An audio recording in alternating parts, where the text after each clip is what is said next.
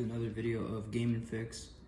And for today's video, I'm going to be doing something that I've been waiting for a very long time because, as you know, the channel logo is a NES controller on top of a NES.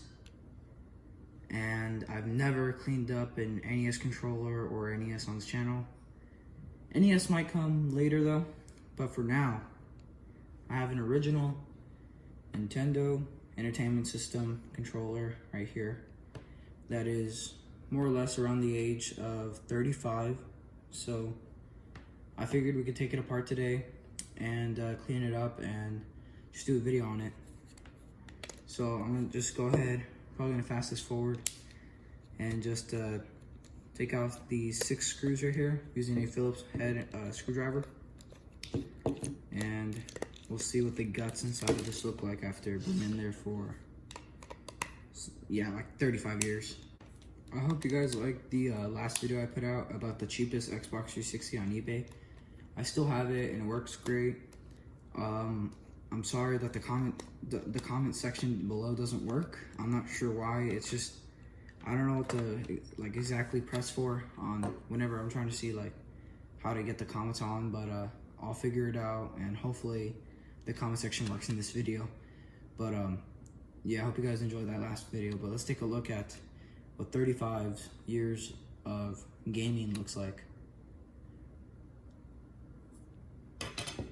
Not bad. The cable's a little dirty inside, but there are these grooves right here, as you can see. Right there's what holds the cable in. So I'm just gonna take this out real quick. But all the real grime and dirt is gonna be on the D-pad and the buttons, and of course the actual rubber contacts. And take off the motherboard. Little board. Those right there are the contacts that we're gonna have to clean with some isopropyl alcohol. Always use 91% or above, but the rubber contacts don't seem that bad. There's a little bit of white plastic dust right there. We can clean that up real easily. And the rubber contact right there is just a little bit dusty. And then if we look at this one right here, it's actually in really good condition. These rubber contacts right here, for being around 30 years old, you know, they haven't like ripped open apart or anything. So this is actually really good condition. Just a little bit more dust, and we got some more dirt right here on this little start and select. But the buttons all overall, let's see. All right, so the D-pad right there, you can see it's had some grime. Oops, it's had some grime over the years. And there's just all dust accumulating after sitting down for a while. And then the buttons right here. Buttons right here are also just a little dirty. And then of course the shell itself, you can tell there's some grime. That brown stuff right there, right there's all dead skin cells. Whenever you play on the controller and your hand rubs against the plastic, you're getting those dead skin cells in the plastic right there, and right there's what leaves you with these brown marks. You can clean that up easily with a toothbrush, and you can use some isopropyl alcohol, won't damage the plastic. But I'm just gonna clean this up right here, all this here with some soap and water, and then I'll show you guys clean this up right here with some isopropyl alcohol, clean up the contacts, and then we'll move on to reassembling it and take a look at it, see how it is after we're done. But yeah, I'm definitely gonna give this right here a good clean. So I'll show you guys that right now in a bit. All right, so I'm back from washing all the parts and they're all dry here. But before we go to the reassembly, we're gonna have to clean up the board right here with some isopropyl alcohol, and as well as the cable, because I always like cleaning up the cable because you'd be surprised how much dirt you can find on there. So right here is the isopropyl alcohol I'm using.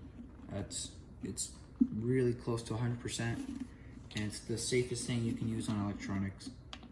This right here will not damage any electronics. Even if you accidentally spill on it, it will not damage it. I mean, as long as you don't spill on the whole bottle, you know, you're not gonna damage. But anyways, I'm just dipping in the Q-tip in here, getting some of the isopropyl alcohol, and then I'm just going to just rub it like that, the contacts. And it doesn't have to be there for a long time. You can just wipe it off, you know, like that. It doesn't, you don't have to stay on there for a while, then flip the Q-tip aside, and then clean it.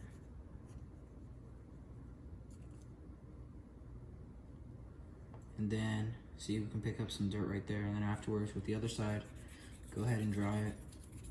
Now, for other controllers, you sometimes might need to use more Q-tips, depending if it's larger or not. For this one right here, NES controller is a pretty basic controller, because it's pretty old.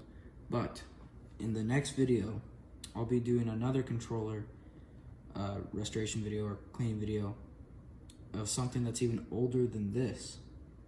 So if you guys think this controller is basic and old, just wait until you see the next controller we're gonna clean up, and that right there will be a teaser for the next game room tour. I have another video coming up soon of me showing off my game room again. Well, not showing off, but you know, just showing my game room again. And once I do that, I'll show you guys that and see what you guys think of I did some changing around, not renovations or anything, but you know.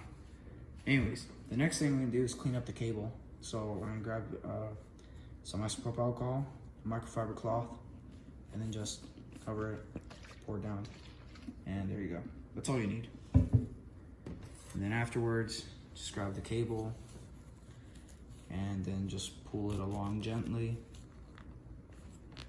And this right here will clean up all the grime that's been on the cable for the past 30 years. So just gonna go ahead and do that.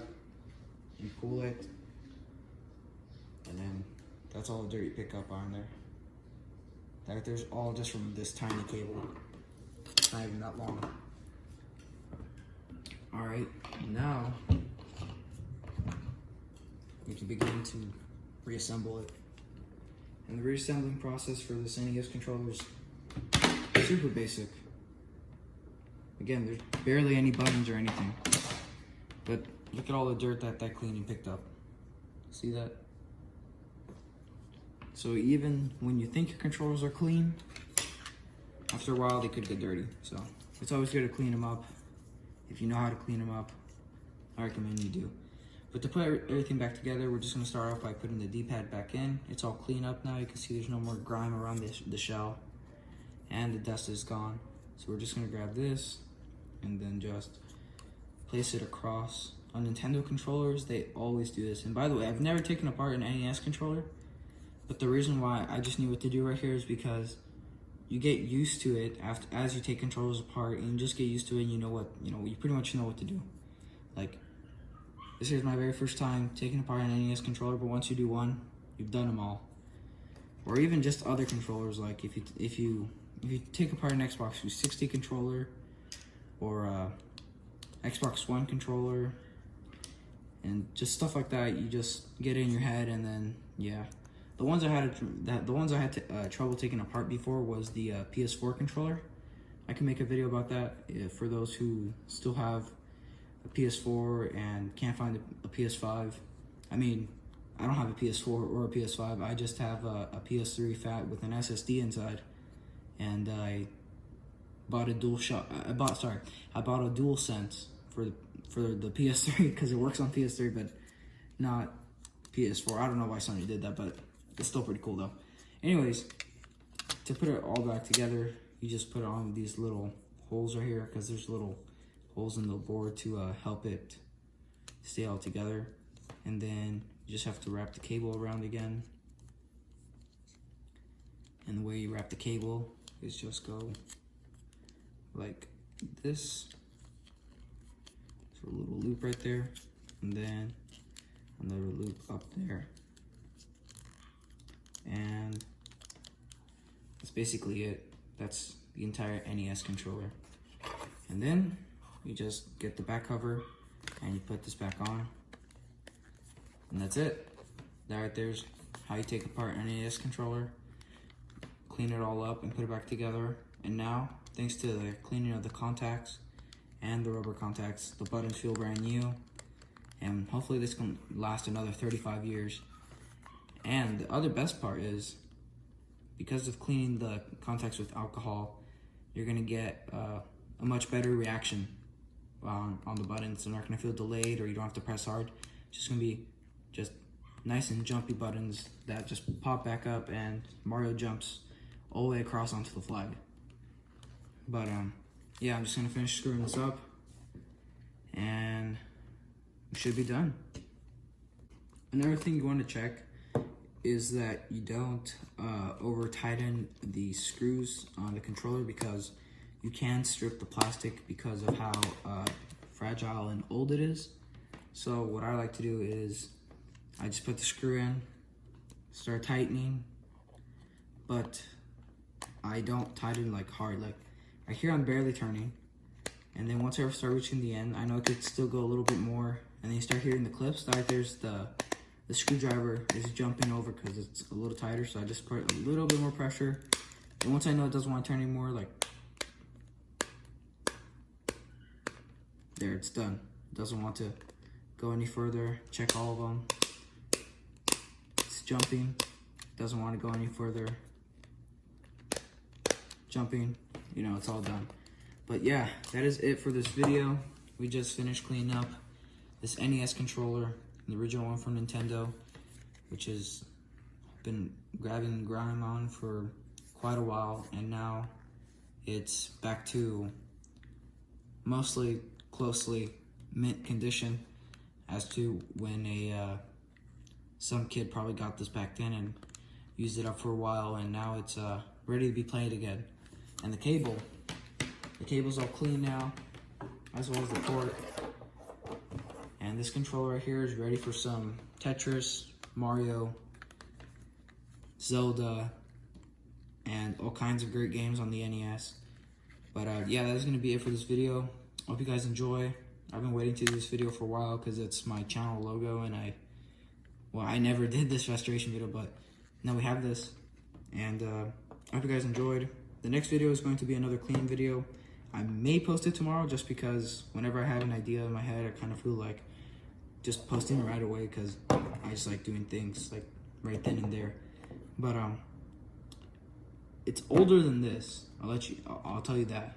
That's a teaser for tomorrow, I guess. It's older than this controller, and you probably are gonna figure it out as soon as you see the title. It's one of the most iconic controllers ever before. If you thought this right here was iconic, you're gonna see the next one. You're gonna go like, oh yeah, I know that one. But